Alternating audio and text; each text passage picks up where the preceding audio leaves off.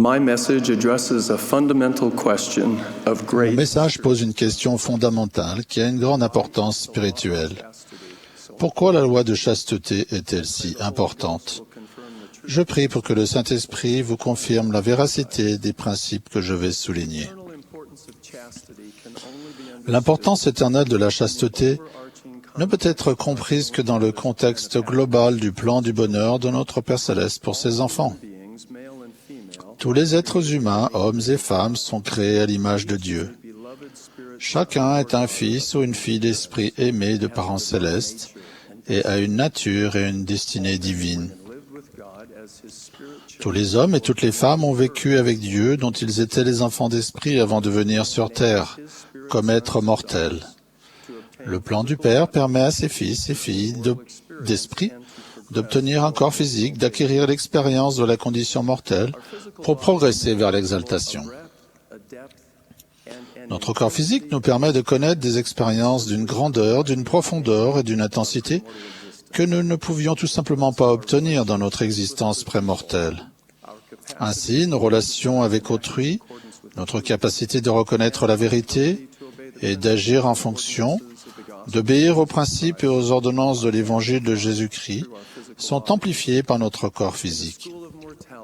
À l'école de la condition mortelle, nous apprenons la tendresse, l'amour, la gentillesse, le bonheur, le chagrin, les déceptions, la douleur et même les épreuves dues aux limitations physiques, de façon qui nous prépare pour l'éternité.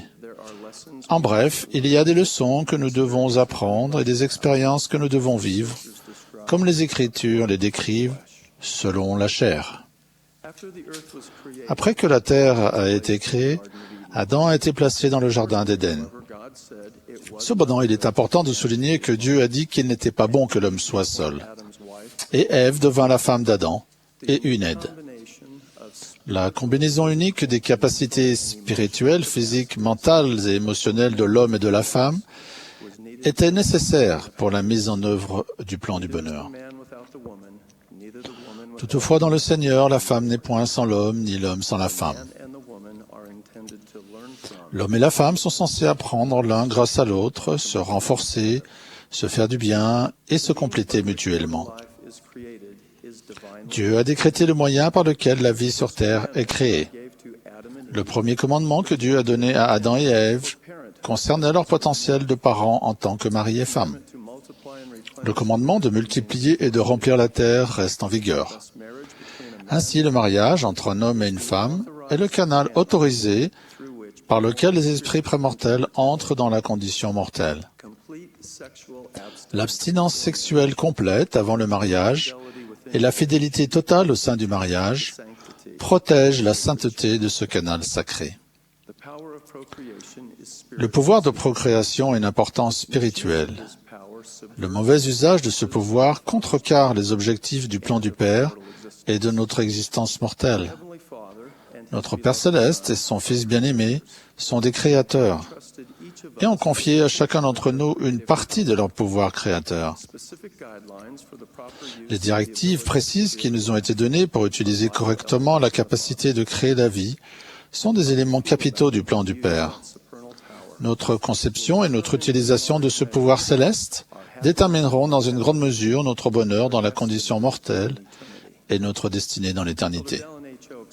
Dallin H. Oaks a expliqué: la capacité de créer la vie ici-bas est le pouvoir le plus sublime que Dieu ait donné à ses enfants. Son utilisation a été définie dans le premier commandement, mais un autre commandement important a été donné pour en interdire le mauvais usage. L'insistance que nous mettons sur la loi de chasteté s'explique par la compréhension que nous avons de la place qu'occupent nos pouvoirs créateurs dans la réalisation du plan de Dieu. Toute utilisation du pouvoir de procréation en dehors des liens du mariage est, à un degré ou à un autre, une dégradation et une perversion coupable de l'attribut le plus divin de l'homme et de la femme. L'Église de Jésus-Christ des Saints des Derniers Jours a une norme unique et immuable en ce qui concerne la moralité sexuelle. Les relations intimes ne sont convenables qu'entre un homme et une femme dans les liens du mariage prescrits par le plan de Dieu. Ces relations ne sont pas simplement un objet de curiosité demandant à être exploré, un appétit à satisfaire ou un genre de loisir ou de divertissement à rechercher égoïstement. Elles ne sont pas une conquête à réaliser ou un acte à accomplir. Elles sont, en fait, dans la condition mortelle, l'une des expressions suprêmes de notre nature et de notre potentiel divin, et un moyen de renforcer les liens émotionnels et spirituels entre mari et femme. Nous sommes des êtres dotés de libre arbitre et sommes définis par notre héritage divin d'enfants de Dieu, et non par des comportements sexuels, des attitudes de notre époque ou des philosophies du monde. Dans une certaine mesure, l'homme naturel décrit par le roi Benjamin est bien en vie en chacun de nous. L'homme ou la femme naturelle est impénitent, charnel, sensuel, complaisant, excessif, orgueilleux et égoïste. Comme l'a dit le président Kimball, l'homme naturel est l'homme terrestre qui a laissé les passions animales brutes supplanter ses inclinations spirituelles. À l'inverse, l'homme ou la femme du Christ est spirituel et tient en bride toutes ses passions. Il est modéré, retenu, bienveillant et désintéressé. Les hommes et les femmes du Christ s'appuient sur la parole de Dieu, renoncent à eux-mêmes et se chargent de sa croix. Ils avancent résolument sur un chemin étroit et resserré, fait de fidélité, d'obéissance et de dévouement au Sauveur et à son Évangile. En tant que fils et filles de Dieu, nous avons hérité de lui de capacités divines. Mais nous vivons en ce moment dans un monde déchu. Les éléments mêmes dont notre corps a été tiré sont par nature déchus et assujettis en permanence au péché, à la corruption et à la mort. C'est pourquoi la chute d'Adam et ses conséquences spirituelles et temporelles nous affectent très directement par le biais de notre corps physique. Cependant, nous sommes des êtres doubles, car notre esprit, qui est la partie éternelle de notre être, est enfermé dans un corps physique soumis à la chute. Comme Jésus l'a dit avec force à l'apôtre Pierre, l'esprit est bien disposé, mais la chair est faible. La nature précise de l'épreuve de la condition mortelle peut donc être résumée par la question suivante. Vais-je répondre au penchant de l'homme naturel ou me rendre aux persuasions du Saint-Esprit, me dépouiller de l'homme naturel et devenir un saint par l'expiation du Christ, le Seigneur? C'est là l'épreuve. Tous les appétits, tous les désirs, toutes les tendances et toutes les pulsions de l'homme naturel peuvent être vaincus par l'expiation de Jésus-Christ. Nous sommes ici-bas pour cultiver des qualités divines et pour tenir en bride toutes les passions de la chair. Le plan du Père vise à donner une direction à ses enfants, afin de les aider à devenir heureux et à les ramener sains et saufs à lui avec un corps ressuscité et exalté. Notre Père Céleste désire que nous soyons ensemble dans la lumière et remplis d'espérance. À l'inverse, Lucifer travaille pour que les fils et les filles de Dieu soient dans la confusion et le malheur, afin de faire obstacle à leur progression éternelle. L'intention globale du Père des mensonges est de nous rendre tous malheureux comme lui. Lucifer veut qu'en fin de compte, nous soyons seuls, dans l'obscurité et sans espoir. Satan travaille sans relâche à fausser les éléments les plus importants du plan du Père. Il n'a pas de corps et sa progression éternelle a été arrêtée. De la même manière que l'eau qui coule dans le lit d'une rivière est arrêtée par un barrage, de même la progression éternelle de l'adversaire est arrêtée parce qu'il n'a pas de corps physique.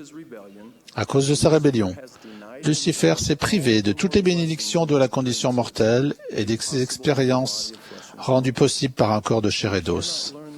Il ne peut apprendre les leçons que seul un esprit incarné peut apprendre. Il ne peut supporter la réalité de la résurrection littérale et universelle de toute l'humanité. Une signification importante du mot « damné » dans les Écritures, c'est son incapacité de continuer à se développer et à devenir comme notre Père Céleste. Le corps physique est tellement important dans le plan du bonheur du Père et pour notre développement spirituel que Lucifer cherche à s'opposer à notre progression en nous incitant à utiliser notre corps de manière incorrecte.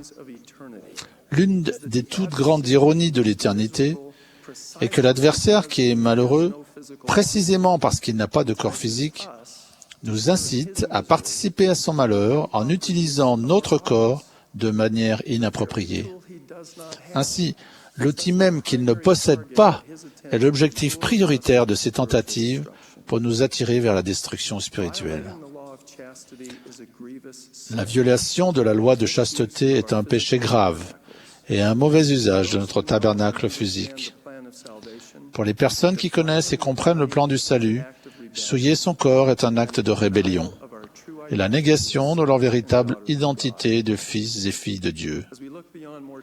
Lorsque nous regardons vers l'éternité, au-delà de la condition mortelle, il est facile de discerner que la contrefaçon d'union que nous propose l'adversaire est temporaire et vide.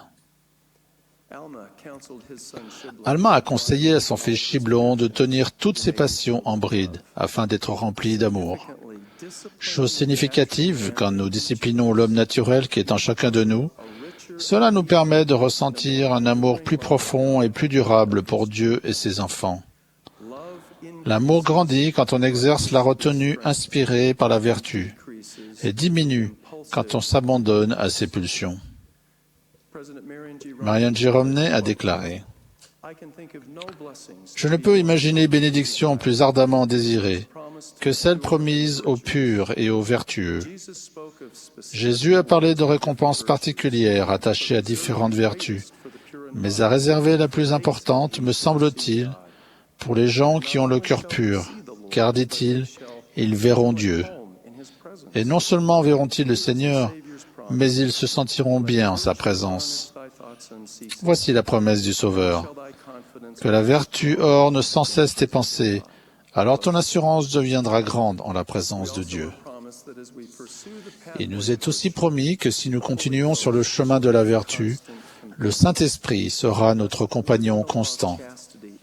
Ainsi, quand nous vivons la loi de chasteté, cela nous attire certaines des plus grandes bénédictions que les hommes et les femmes peuvent recevoir dans la condition mortelle. L'assurance spirituelle que nous devons avoir en présence de la famille, des amis, des personnes que nous fréquentons dans l'Église et, à terme, en présence du Sauveur. Notre désir d'appartenance inné se réalise dans la justice lorsque nous marchons dans la lumière et l'espérance. Certains d'entre vous qui reçoivent ce message ont besoin de se repentir de péchés sexuels ou autres. On dit souvent du Sauveur qu'il est le grand médecin. Ce titre a une signification symbolique et littérale. Nous avons tous souffert de la douleur occasionnée par une blessure ou une plaie physique.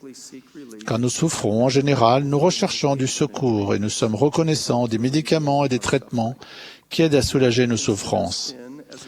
Considérez le péché comme une plaie spirituelle qui provoque la culpabilité, ou comme le décrit Alma, des remords de conscience. La culpabilité est à notre esprit ce qu'est la douleur à notre corps, un avertissement du danger et une protection contre des dommages supplémentaires.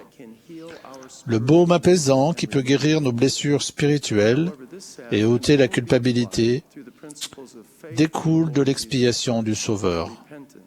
Cependant, ce baume ne peut être appliqué qu'en suivant les principes de la foi au Seigneur Jésus-Christ, du repentir et de l'obéissance constante. Les conséquences du repentir sincère sont la paix de la conscience, le réconfort ainsi que la guérison et le renouveau spirituel. Votre évêque ou votre président de branche est l'assistant du médecin spirituel qui a autorité pour vous aider à vous repentir et à guérir. Mais veuillez vous souvenir que l'étendue et l'intensité de votre repentir doivent être en accord avec la nature et la gravité de vos péchés, particulièrement pour les saints des derniers jours qui ont contracté une alliance sacrée. Les blessures spirituelles graves exigent un traitement soutenu et du temps pour guérir complètement et entièrement. Le point de doctrine que je décris semblera archaïque et démodé à beaucoup de gens dans un monde qui se moque de plus en plus de la sainteté de la procréation et méprise la valeur de la vie humaine. Mais les modes, la popularité ou les sondages d'opinion publique ne changent pas la vérité du Seigneur. Je promets que l'obéissance à la loi de chasteté augmentera notre bonheur dans la condition mortelle et nous permettra de progresser dans l'éternité. La chasteté et la vertu ont toujours été et seront toujours ce que nous avons de plus cher et de plus précieux. J'en témoigne au nom sacré de Jésus-Christ. Amen.